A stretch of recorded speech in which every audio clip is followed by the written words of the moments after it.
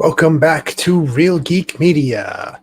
It is Thursday, June 26, 2025. I am Hayden Soul, here with author Christopher Michael Blake, and we're here with the Bone Temple of 28 years later. Memento Mori. Memento Mori. So we're going to talk about this. We both saw this last night, and we're going to talk about it. I was pretty excited for this movie to come out.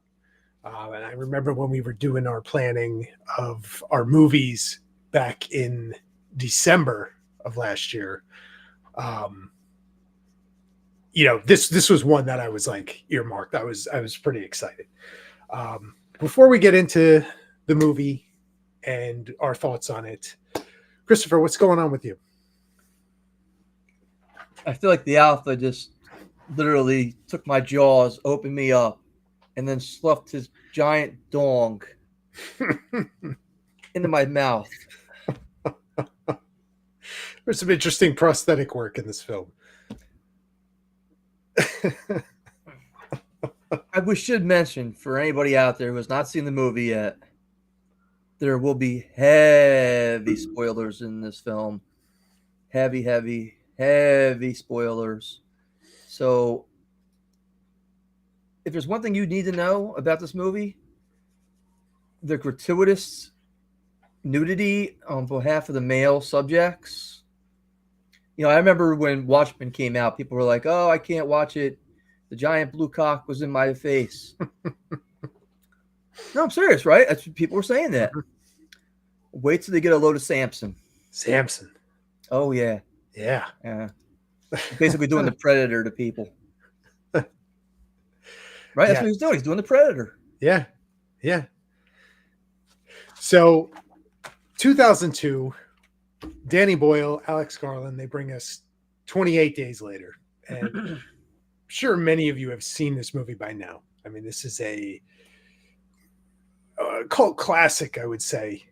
And, would probably be at the forefront of the zombie craze, making a return, or you're talking like into the 2000s, mid 2000s, where you see the remake of Dawn of the Dead, and you see Walking Dead TV series and comics really kick off. 28 days later. And it's not really a zombie thing. They have the rage virus, and we're introduced to the scenario where there's an outbreak in the UK, and we follow main character Jim waking up from a coma or something thereabouts. He had some kind of brain surgery, and he goes on his adventure. We, the audience, are kind of going along with him, and it spawned a sequel 28 weeks later, and now we're getting the third movie, 28 Days Later, which brings back Danny Boyle and Alex Garland to the franchise, which is a good thing, in my opinion. What do you think? Give me your initial thoughts of this thing. The entire movie itself. So I keep going back to the fact that when we walked out last night, you and I basically had the same reaction. And that is, this is a hard movie to judge. Do I think it was good? No. Do I think it was terrible? No. Is it the best of the three films? Yes. In my opinion, it is. If you're a fan of the other two movies, you're going to like this movie because it expands on the lore of the infected. It tells you what's happened to the less active infected. It tells you about the few survivors and what's going on around the island, and how they have the boats that are basically meant to keep you there. I don't know if I necessarily believe the soldier story. Oh, we just happened to crash here. That's another story. I mean, these guys are heavily armed, dressed to the T in the 9, and they're the only ones who made it off this boat. I mean, I don't know, but that's another story for the sequels. Mm-hmm. I think the ending of the movie was terrible. I don't know. I really just don't. I feel like I was watching Dodgeball when the teams come out at the end. They start. Yeah, you had like the rappers, like the Real Ice guys throwing the. Yeah, that's how I felt. I was like, That's a Really, good. we just did that. I mean, I don't know. That's a good comparison. I agree. I agree. I mean, I The good. acting is top notch. Yeah. Ralph Fiennes is on his game. What was his name? Aaron Johnson, whatever his name is. Aaron Taylor Johnson. Yeah, the one all the women like, who's kick ass. Right. They all want to have his baby, by the way. I don't understand it, but that's another story. I was telling people at work I got to grow my hair into a ponytail now. But he was good in the movie. I really enjoyed his character, being the father and the arc that he kind of went through, and the mom, even though she was crazy. There's a lot going on in the movie, but good acting, good special effects. If you like the other films, you're gonna love this one. I was not a fan of the other films as much. We'll never probably watch this again.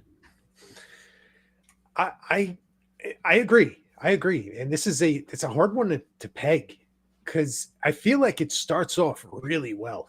And you're dropped into, like you said, you're getting a little bit of the lore of what's kind of gone on. It's basically, this rage virus has kind of been put in check everywhere else but the UK. And that's just a quarantine zone. Nobody comes out off those islands, right? That's it. If you get stuck on the island, that's it. You're there. You're not coming off. And we get this Lindisfarne is the island, and I believe it's in northeast UK. Yeah, we got this fun little map and poster handout after the film. So it lends an interesting setting for this survivalist group, where it has kind of like a natural defense with the causeway, with the tide coming in and going out, and you're not able to reach it at all points of the day. Certain points you can, because the tide's low, you can kind of cross the little walkway. Interesting setup. I liked it. And, you're getting Aaron Taylor Johnson. And I think the standout of this film is the young actor, Alfie Williams. I thought he was tremendous. Spike. He was absolutely tremendous in this movie. And you never know what you're going to get with like a young kid actor. You could get the Jake Lloyd from, episode 1. And you could get this kid here who just knocked it out of the park, man. Like, you're rooting for him the whole way through this movie, and you're feeling it, later on when he has some of the drama with the mother. But, before we get to that, you're getting to see the dynamic with the father-son element, and it's his first time out on the mainland. They're hunting. He's going to kill some of these, zombies, I think you're missing one of the big parts of the movie that kind of builds up to this whole hunt that they're getting ready to embark on. It's the reaction of the townspeople. They're treating him like a hero already. It's like, wow, and it's a rite of passage for this you're kid. giving him fruit, and you're giving them all these supplies, and we usually don't let 12-year-olds go, but hey, you're 14, and yes, they're planning like this, like almost a victory party for when he returns, and we see that kind of cut back and forth while they're still out. They're bringing in like the food, and they're decorating the barns, and it's just gonna be this huge celebration. The journey into the mainland, it starts off kind of quiet, but then it kind of starts to pick up when they start to run into some of these infected in the woods. Can I just interrupt you 1 second, Hayden? Did we forget to mention the pre-beginning? Was that important or not? I mean, because really, it's not important to this overall story.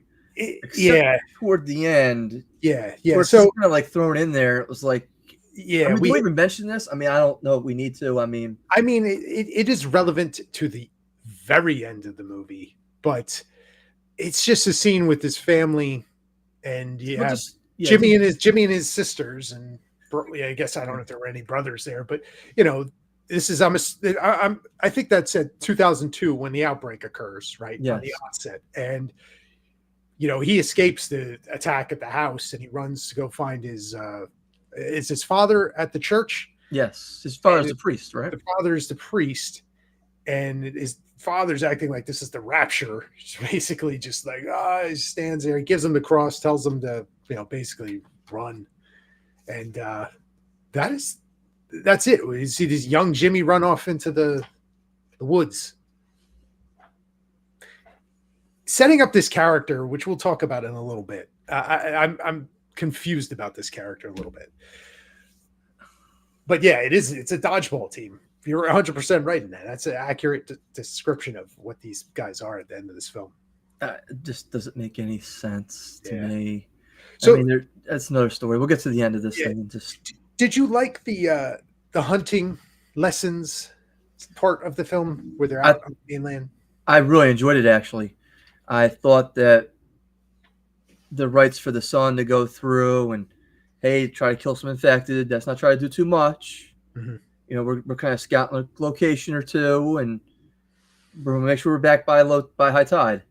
That's important. We gotta make sure we're back, and we want to make sure that you kill the infected, and we go back and you're a man now. Now you can go on these hunts with us, and this is what you can do. And the father is vicious with that bow, isn't he? I mean, vicious. Yeah. He's lighting jokers up with this thing.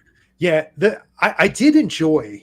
And this is just like a quick little thing. They shot a lot of this movie on iPhones. I was gonna say, like special rig, and it's almost like in the Matrix where they had like the bullet time where the camera pans. Where they set up all the cameras and it pans, like when Trinity goes and does her little thing. It's similar to that effect when the strikes, the bow hits the target and you're getting that little camera pan, pause in the camera pan. I like that effect. I thought it was kind of cool.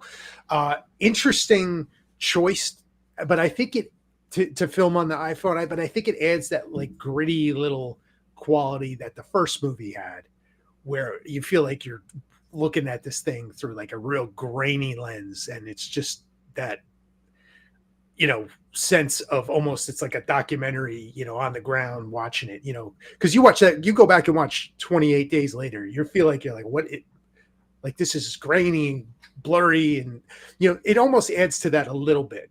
But some of these scenes are really beautifully shot. When they're on the island, before they even venture out, I almost be remiss to tell you something I didn't like was the intercuts of the archers from the old Robin Hood movies and everything, and I was just like, is this really necessary?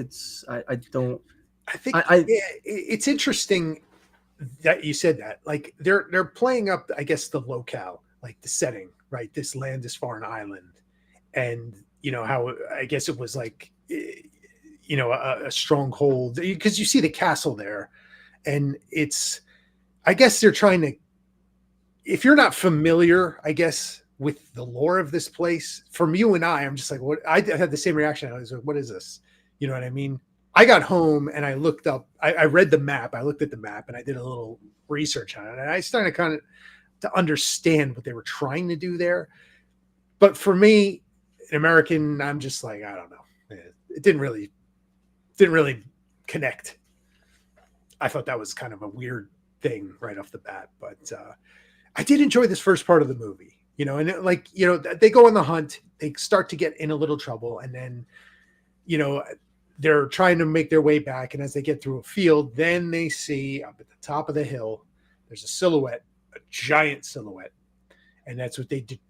We learn the terminology that, that's an alpha, and he has a pack of other infected that are just regular sized. And we do learn over the course of the movie that the infection in some people, it acts as almost like a steroid and makes them like these jacked up monsters like Samson, who we meet later.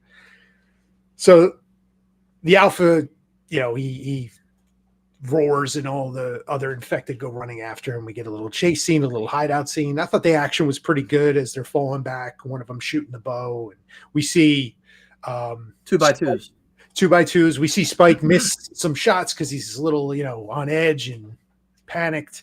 And, Jamie, his dad, is, kind of saving him, making up for some of these missed shots. And, they hide out in an attic until they can't hide out anymore. But while in the attic, they notice Spikey notices that fire. And, he questions. He says, "Oh, it looks like a fire. What's going up there?" And Jamie is kind of coy about it, doesn't want to talk about it, right? And says that the guy is. Does he even say it there, or does he? Do we find that out later? I don't What's remember that Dr. Kelson is. He doesn't mention a doctor. He doesn't mention it, right? Yeah. No, the old man, when they get back, mentions it. But the fire has piqued Spike's curiosity, nonetheless. So then they think, okay, we're gonna have to make a run for it, right? We have no more arrows. We're gonna have to get back. Tide is at a spot where it's not fully clear, but it's good enough. We're gonna have to make a break. And this is a cool scene where they're running back to the island over the causeway, and we think they're in the clear, and then we see here comes the Alpha, just trucking after. I thought this was a pretty cool scene because you see, they're running, and they kind of turn, and you see the splashes of the footsteps in the darkness coming towards them, and it's getting a little closer. We're getting overhead shots. It's getting a little closer each time. Ultimately, they sound the alarm. They're at the gate. They're banging on the gate. They get the defenses to take down the Alpha, and they get back, and then the party ensues. Now, up until this point, I think we've had a solid little adventure into the woods, and we've gotten some action. We've gotten to learn a little bit about the father-son dynamic here. We learned about the setting itself is okay. We're kind of understanding the dynamics of this, and now we're back at the town. And this is for me where the movie really slowed down to a drag. You just can't have excitement. You have to give the audience a chance to breathe. And I think the party would have, and the post party would have been enough. But from this point through probably the whole entire middle of the film, with the mother going back to the mainland, really slow. Even to the point where they meet Dr. Kelson, really slow. And we don't really have that. There's rising action again in this movie. I mean, even at the end, there really isn't any. Well, I think that they kind of made up for that when they just dropped these 7 soldiers. It's like, oh, and I'm like, what's this have to do with anything? It's like no explanation, no. It's like these guys just show up out of nowhere. It's kind of explained a little bit later, but it's just not as gratifying. His answer, his response. That's why I didn't necessarily believe him at that time. I do find that piece of information interesting because I thought the same thing. Now, you and I haven't talked about this movie. No. We haven't talked about it. We walked out of the theater. We were like, all right, I'll see you tomorrow night. So I find it interesting you said that because I felt the same way. Like, okay, that piece of information, they said something about the boats. They're meant to keep people in the zone, right? But the soldier saying they crashed into something. Okay. To me, I was like, okay, that just doesn't sound right. Maybe that's kind of like a little thing hidden for the next installment of this. It was weird. It is random and out of nowhere that these commando soldiers show up and just die in like one scene. And you knew this guy was going to die, right? Like this one surviving soldier.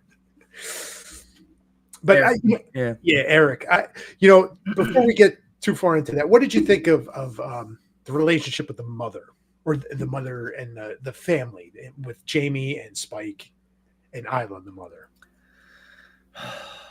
Complicated. That's the best way I could. Obviously, the father's very lonely. He's trying to deal with the mom's mental illness at that point.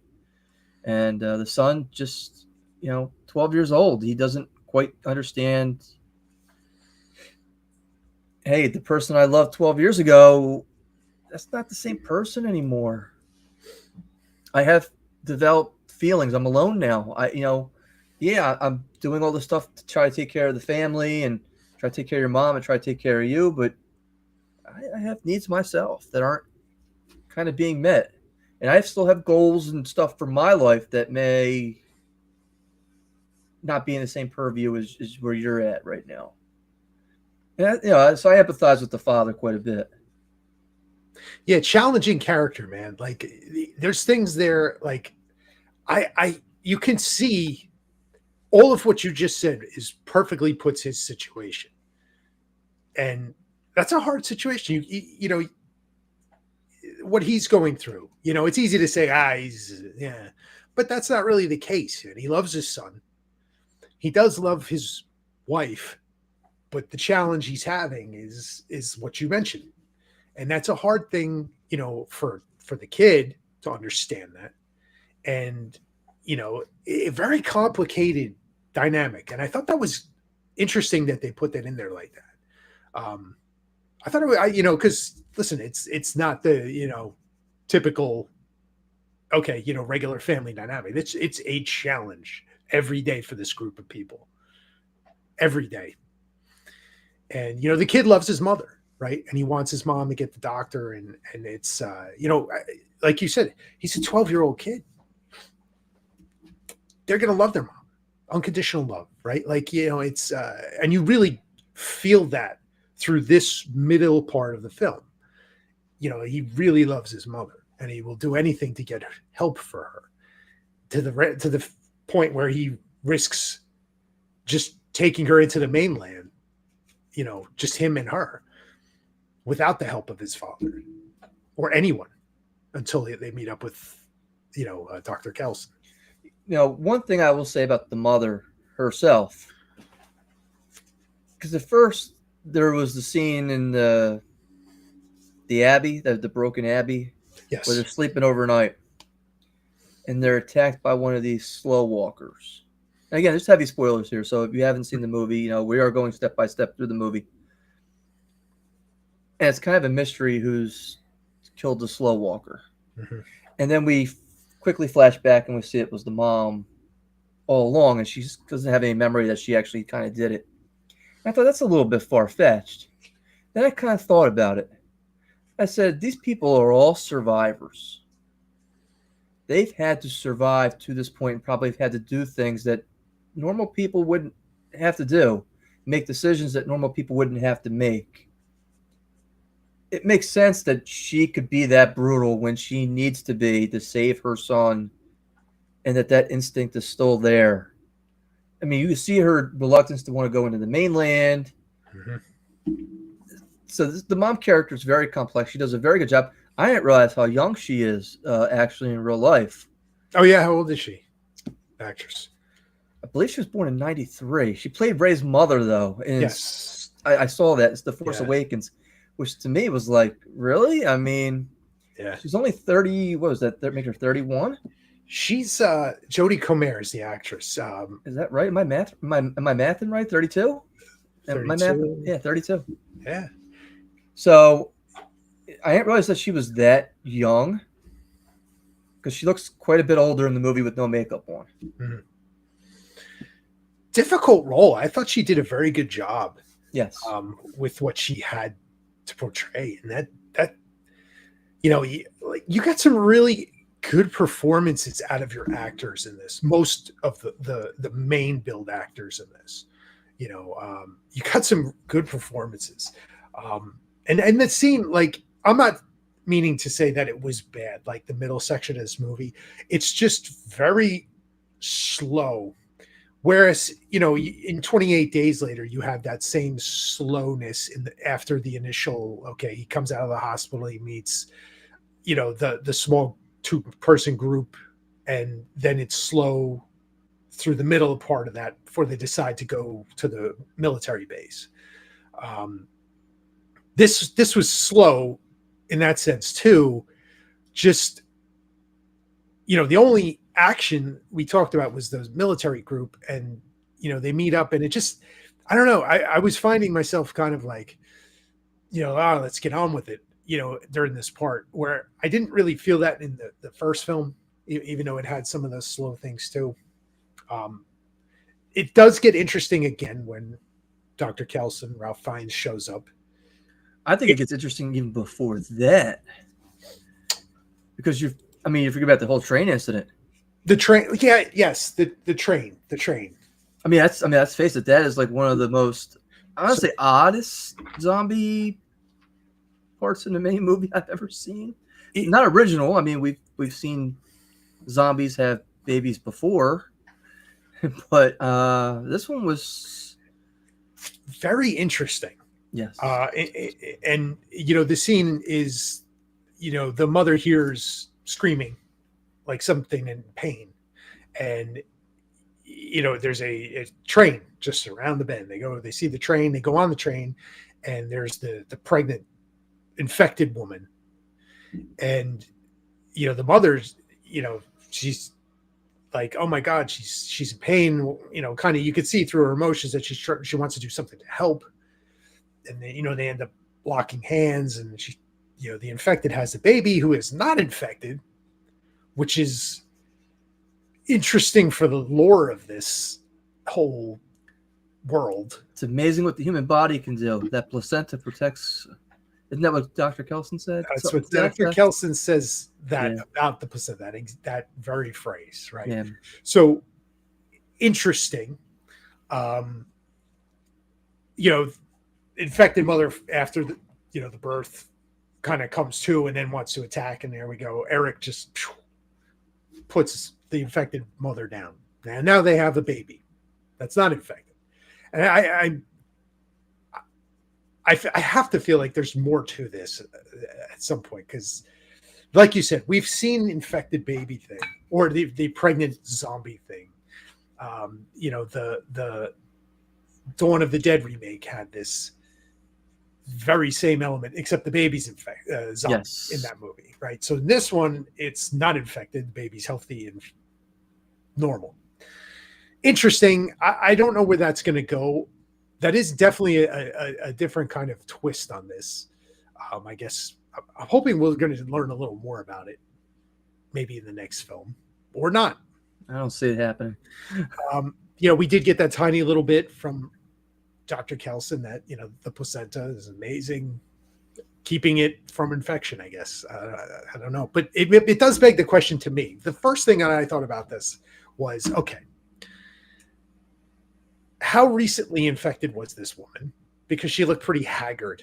How long has she been carrying this baby? Because I'm sorry, she doesn't look like she's been wandering around for 9 months like this. Well, She no, looked her clothes were torn off, so you don't actually know. Hard to say.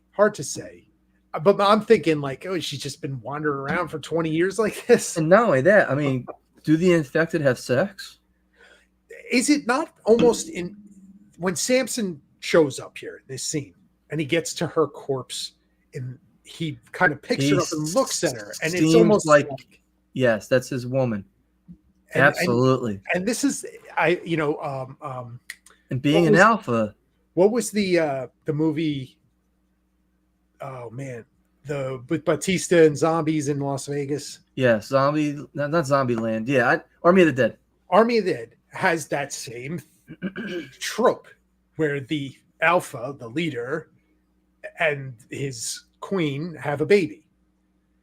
So we've seen this before, but I thought immediately that is his woman. Yes. Did he get her pregnant? Maybe, possibly.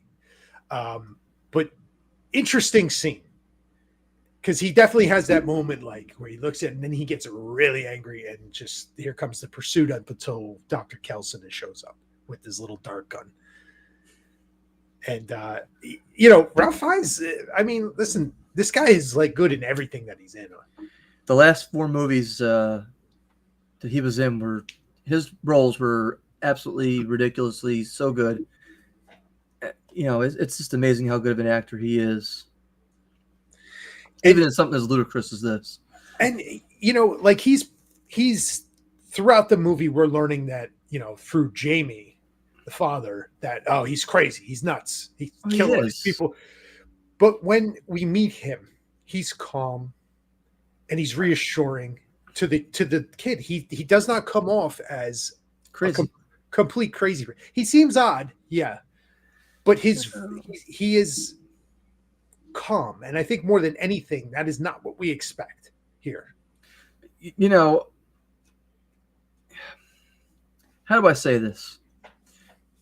If an infected outbreak happened here today in New Jersey, am I running around gathering all these human skulls and boiling them to go put them in a pyramid with all these bones to make a giant moment or monument to life. Basically, I guess that's what that is. I mean, it's about something that you'd see like in the Aztec world or something. Yeah. It's very crazy. Yeah. Yeah. Is that what I would be doing? And then he's like, oh, they don't like me because I stay uninfected because I'm with the iodine. And he's covered himself in iodine. And it's like, well, I don't know about that either, buddy. Generally, if it doesn't get in your eyeball or your mouth, I think you're going to be okay. So like I said, and he's like, oh, hey, this guy, Eric, he saved your life? Oh, yeah. I got an idea we could do with him. It's like, Hayden, remember that third roommate we had in college? That good guy? Yeah, I know he's dead now, but you got this pyramid back here. You can pick the spot.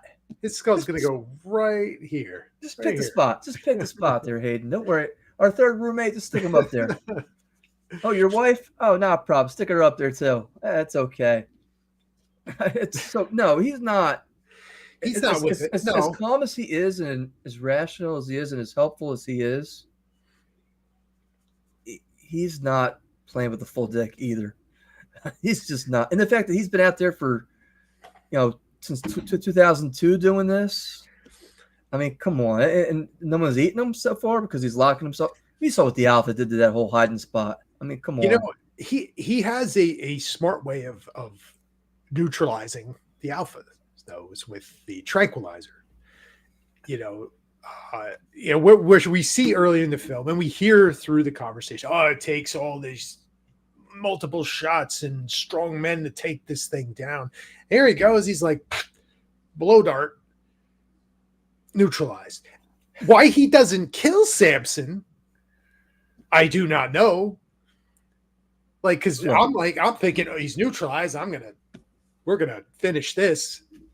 That blow dart not only works well on kids you need to put to sleep, apparently, right, who have stayed up past their bedtime. And it's also apparently a great date rape drug. Oh boy! But it's also good for putting people out of their misery, who have been diagnosed with a terminal cancer just for missing your finger. Terminal cancer. He gave her a walk to the Blackstone barbecue. I'll take care of it now. Don't worry about it. Look. Don't worry about getting back to your base. Yeah. I got this. Hold on. Here, listen, I know you fell asleep, son, but here's your mom's head. Yeah, go ahead, put her up top. Oh, yeah, pick out a good spot for her. Man, my entire time I'm sitting there thinking this kid could be next. Right. I mean, that's just what I'm thinking. Because if he thinks that the mother's got no chance of living, what chance does she assign a 12-year-old kid? It's like the relationship. Where does he draw the line in terms of who's going to die? Yeah. The relationship between Dr. Kelson and Spike, I feel like we're going to see more, maybe. But, I thought they were interesting. Two very interesting characters. I don't know. Like, Spike saves Dr. Kelson from Samson again. Like I said, Samson just reached through that hole. He had no problem. I thought that was a wrap. I did too. Yeah. It's like, there's no way. I actually thought he got infected, to be honest with you. Because when he put hands Yeah. He was pushing his luck with that. I mean, there must have been iodine in his mouth too. I mean, I just, it's like, okay, I get it went to the extreme and it's purposely supposed to do that. And don't get me wrong. The character in Ralph Fiennes is fine in the movie, but I'm willing to extend the fact that the infected left you alone and you're able to take down these hordes of infected rushing at you with this little blow dart only so far for 23 years or 28 years. So interesting. Now Spike makes a choice here. He writes a little letter, brings baby Isla, named after his mother, back to Landis Island, leaves the baby at the door, and then goes off. I got things to do. I'm going to be on the mainland by myself. Do we see Jamie when they retrieve? Go ahead. Stop. Why do you think Spike takes off on this journey? It's a good question. I don't know. I think there's just it's either like the relationship with his father, I feel, is very strained from his point of view, and I don't know if he's willing to be ready to work on that or be back in that place with his dad. You know, his dad struck him, and that was like a shocking thing for the kid. In that one scene when he asked about what was her name, Rose or whatever, the other girl that his dad was fooling around with, and then he smacked him, and you could see the guilt in the father's eyes after he hit him. But I don't know if he's ready to just be home. I think losing his mother was a big toll for him too. I'm not sure. What do you think? I agree with both of those explanations, but I think it goes a little bit further. I think that when Eric is talking to him about all these things in civilization that they used to have, and cell phones and the internet, and hey, this is what we currently have. Then Dr. Kelson comes, and they're kind of sharing all these stories about the way things used to be with the drugs and the way we don't really kind of have that. And even the old man back at the house is kind of telling him what Dr. Kelson used to do. And I think Spike kind of feels like, I don't know enough. I've been sheltered, hidden behind these walls, and all I know is what's behind these walls. I don't know what's out there. I mean, let's face it, my father's lied about this doctor being out there could have had him here 3 years ago. Yeah. 4 years ago to help my mom. And instead he let this thing progress. So I need to go out and see for myself and find out what the truth is. I think that's the big word, is the truth. What's the truth? Because it's not until he sees his father with Rose that he knows, my father's not this great guy that I think he is, maybe. And maybe he's not there to help my mom get as well as she could be. Let's face it, he's already lied to me about this fire. Yeah. So I think that the truth and him going on this journey is the truth, his term of a vision quest almost. I'm going to use the word vision quest. That might not be the right verbiage or slang, but that's my guess. Yeah, I feel it. I like it. I like that. Yeah, I like that. Yeah, that is a good explanation. That is a good explanation for it. So now we're at the end of the film. And, we see Spike, and he's in this little twist and turn of like hills and a blocked off road at the end. And, he gets in a little bit of a jam with some infected chasing him, and he's kind of backed into the wall, and he takes one or two out. And then we hear, after he bullseyes one of them, we hear from above him, "Oh, nice shot." And, here we have Jimmy from the beginning of the film. Who's grown up. Now he's grown up, and he's basically Jimmy Savile lookalike clone now, with a whole gang that looks like him. And this is where the reference to Dodgeball comes in, because they look like. If you've ever seen the movie Dodgeball, they look some like of the teams that were in that, how terribly dressed those teams were in that tournament. It kind of reminded me of Dead Alive. How stupid this scene was with the fighting kung fu priest. Because it didn't need to be in the movie. These people are doing flips and wheeling chains around, and they're dancing while they're, it was bizarre. It was bizarre. Not the word. And I almost kind of have to wonder, did they purposely set this little area up to maybe rob people? Possible. I mean, let's face it. You're on the road. You're traveling. It's blocked. Now all of a sudden you're blocked, and now all of a sudden you could be attacked. How many other survivors have they kind of? Let's see what this kid's got before we try to jump in and help him out. And is there somebody we can recruit, or somebody we can kind of? You're out of luck today. Could very well be it. Could very well be it. It's just the introduction.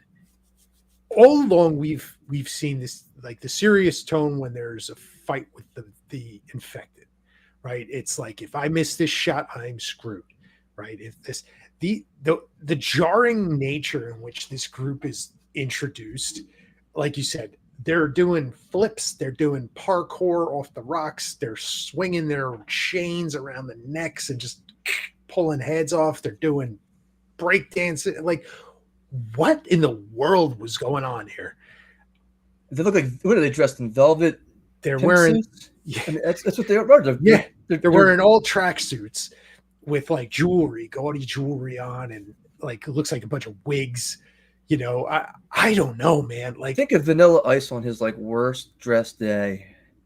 Just where did this come from? I don't know. And we're obviously going to find out because this second movie was greenlit and was supposed to film back to back with this. So we're going to find out, but it's just an odd way to end this movie because we just went through like this whole middle episode to the end is this melancholic, journey and learning about the mother and, that she has cancer. And, it's really bringing you to an emotional place. And now we have flip kick tracksuit albinos with spears and nunchucks. No, they were using golf clubs. What in the brand new driver? What in the world, man? So I do have one question for you, Hayden. It's about one of the set pieces that was used early on in the film that I could not. It reminded me of the mask the strangers wear in the movie The Strangers. Mm-hmm. And it was placed on several of the mannequins, and it was placed on several of the, for the reason for target practice. The one girl I think had it on the back of her head when she was kind of walking through, I didn't get the reference. I don't know if there is a reference. I don't know if it's going to be brought up later on. Is there some kind of lore attached to this mask? I noticed out here. I noticed that too. Like, I feel like there's a lot of those little Easter eggs placed throughout this film that I think are meant to do what you just did. What's that? Because I see this in multiple places. I felt the same way. I was like, well, okay, why is that specific mask? We're seeing it in this little scene and they're focusing right in on it. Like, what is that? And it's got blood coming down from the eyes. Right. Yeah. Yeah. Interesting. I got to feel like that there's a meaning to it, or, we're going to be shown or told something about in the next film. Another thing that you could see kind of throughout like their journey through the mainland early in the film is, they find that one upside down infected and it has Jimmy written on it, carved out. And we also see on the side of a building something that says something Jimmy, look up or something. Jimmy. It was a reference to God. And then instead of God, it crossed out God. He put down Jimmy. And yeah. I one of the other things I picked out with this series is the main character in the first movie's name is Jim. The father's name is Jamie. Jimmy is the tracksuit guy. So what is the significance of Jim and James in this series? Because that's three main players or assumably main players in this series. Jim, Jamie, Jimmy. I think you're overthinking that. I think you're just overthinking that. But honestly, you don't see movies where let's just name the three main characters different iterations of their name. You don't see that. I think it's just lazy writing by Alex Garland. No, I think there's something to it. I really think there's something there because why would you introduce two characters with the same name? But they're not related. We know that. I mean, right. But it's not like we go and you go see a movie and you have, Matthew, Matt, Maddie as the three main characters. You don't see that. To me, I feel like there's a reason somewhere. It's weird. It's odd otherwise to me. It doesn't make any sense because you just don't see that. I think you touched on something very important though, Hayden. Something we overlooked or maybe didn't put enough importance on, and that's the Jimmy's character's repertoire for brutality. I mean, that you even hear the father say he was alive when they did this to him. He wasn't dead. He wasn't infected before they kind of strung him up the way they did. Yeah, that's true. Because they wouldn't do that to an infected. They would have just, okay, here, let me knock your head off, and then just So, and then why carve his name in there? Why do all this stupid stuff that he's kind of doing? Is he like the Negan of this world? I mean, I don't know. I mean, it's It's a thought. It leads up to, well, does he have a village? Does he have other followers? Does he have? Yeah. I mean, what is the Jimmy cult about? I don't know. You better get down like. So I think I from what I last read, I believe the next movie comes out in January. Oh, really? That's soon. Yeah. Yeah. Okay. So, I think their plan is depending on how that does. I think the strength of this movie, I think it's done pretty well. 60 million this weekend, wasn't it? I think it's strong enough to make Pretty them good. do the third one, where I think it'll tie everything up. But I believe we're going to see Cillian Murphy again at some point in this, whether it's the next film or the third. But you got an interesting cast of characters that's still around here. And I'm kind of eager to see kind of what happens when worlds collide here a little bit, on top of the infected element.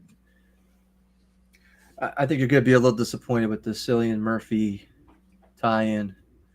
I think it's going to be like 2 minutes to get you ramped up for the next trilogy.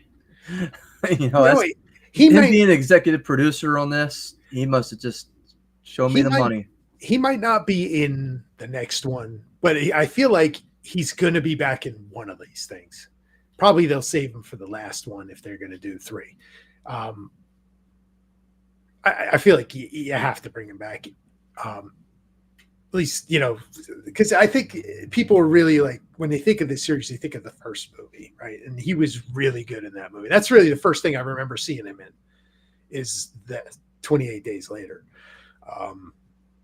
But we'll see. Yeah, we'll see. It's. Do they bring Ralph Fiennes back for the next one? I believe he's in it. Yeah. I mean, I can't see him kind of playing the same. I don't know what point the story has to tell yet. Look, if I'm bringing him back, I'll give you the role right now.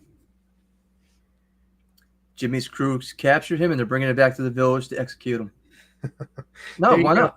And the kid's like, wait a minute, he's helped us. He can't. Yeah. I mean, because now you're getting the push-pull. Yeah. So the name of the second movie is called 28 Years Later, The Bone Temple. So, yeah, he's going to be in it. The Bone Temple. He's going to be in Okay. it. So. That's kind of an odd. We'll see. They have me intrigued enough with some of the crumbs they've left that, I'm curious to see where this goes. So now I know there's an oscillary in Prague made a complete, like the cathedral basically, made completely of bone. I think it's like 280,000 bones or something like that in this thing, this structure and the altar and everything else. I wonder if it'd be something like that. I think it's simply just going to be the bone temple we saw them putting the skulls on. Seen that, been there, done that. Can't repeat that. No, but I think they're probably going to tell something about it. I don't know. I mean, look, we have been here, done this. We can't repeat this. We can't. We'll see. We'll see. So are you intrigued enough with what they did to see out this thing to the conclusion? I enjoyed a lot about this movie, but I also am not like, oh, I have to go watch this again. It's like, okay, I've seen it, been there, done that, wrote it. Mm-hmm. I really don't have to go back and rewatch it. I have no desire to see part. I tell everybody I was talking with about part 2. I said I think part 2 is the first 10 minutes is probably as good as you're going to get in terms of storytelling. Probably one of the best openings for any movie I've ever seen. Yep. But I wouldn't go back and rewatch the movie because the rest of it was trash. Right. Part 1, I really didn't particularly like. So part 3, I'm not just like, oh, part 3 was really, it's okay. It's not bad. If you like I said, if you like the other 2, you're gonna like this. Mm-hmm. And that's the strongest endorsement you'll get from me for this film. The acting's fine. Special effects are great. You can't tell it's shot on an iPhone. I mean, you can't tell that. The writing is strong. The lore, again, it gets enhanced with this movie. Go see it. If you like the other movies, go see it. You won't be disappointed. Beware the dong. The dong is loose. I'm telling you. Maybe white man's disease isn't a real thing if you become infected. That's all I can think of. Listen, I think you said it all right there to summarize. And that thing's just kind of hanging out down there. There's a lot of flopping. Oh, is there? I think I just curled up back inside myself. Yeah. Go see it though. You'll like it. If you like horror movies in general, you won't be disappointed with this movie. You're not gonna walk out and think, that was trash. But you'll get the feeling that's like there was just some stuff that was off. A lot worked. Some stuff was still kind of off. I think it would have been a lot better if you didn't have the guys in the track shoots doing flips and whatnot. Yeah. I don't think that was necessary. I just think if they had just come out and taken care of business and kept it as real and not as comic booky. Yes. That would be great. That would have been a lot better for me. It's fair. That's fair. What about your thought there, Hayden? I agree. Listen, there's a lot of things I liked about it. I was not as high as the middle portion of this movie. I really enjoyed the opening. The resolution was fine. I thought it was nice, and I think it told a nice story with the boy and his mother. And the thing that is going to get kind of slammed is just the ending was just out of left field, considering the tone of this whole film, and it was odd. It's not enough to ruin it in whole for me or the franchise. I am intrigued about where this is going, but definitely go see this. I definitely feel like it is the most complete movie so far in this series, where it's told really a good story and you got really great performances. I think the way it's shot really enhanced some of the manic, ness of just being in the woods with these things. I thought that was pretty cool. Some of the way they use these iPhone cameras. I'm seeing like the scenes where they were doing, with the arrows and they were hitting and you're getting like that cool little effect. I was looking forward to it like throughout the movie. I was like, that's pretty cool. So yeah, go see it. I enjoyed it. Even if you just see it the one time, it's worth it. So there's our thoughts 28 years later. Hayden, what we got on deck 2 weeks from now? I believe we have Slapshot. Oh, buddy, watch out. The Hanson brothers. Slapshot. Why don't those three come out and take care of the zombies at the end? Or the infected at the end? That would have enhanced this movie so much if it was the Hanson brothers at the end. Yeah, so that's my guess. We write the movie like that. There you go. All right. Slapshot. So 2 weeks, join us. We're going to talk about Slapshot. And further down the road, I believe we have Chopping Mall, another old classic. That hope you guys tune in with us for both of these. Christopher, any parting words? Don't let Samson catch you. He ain't going in one hole. Listen, that's good advice. So we're going to leave it at that. Thank you, everybody, for tuning in. If you liked what you see here, please give us a subscribe, give us a like, and we'll see everybody next time. Have a good night.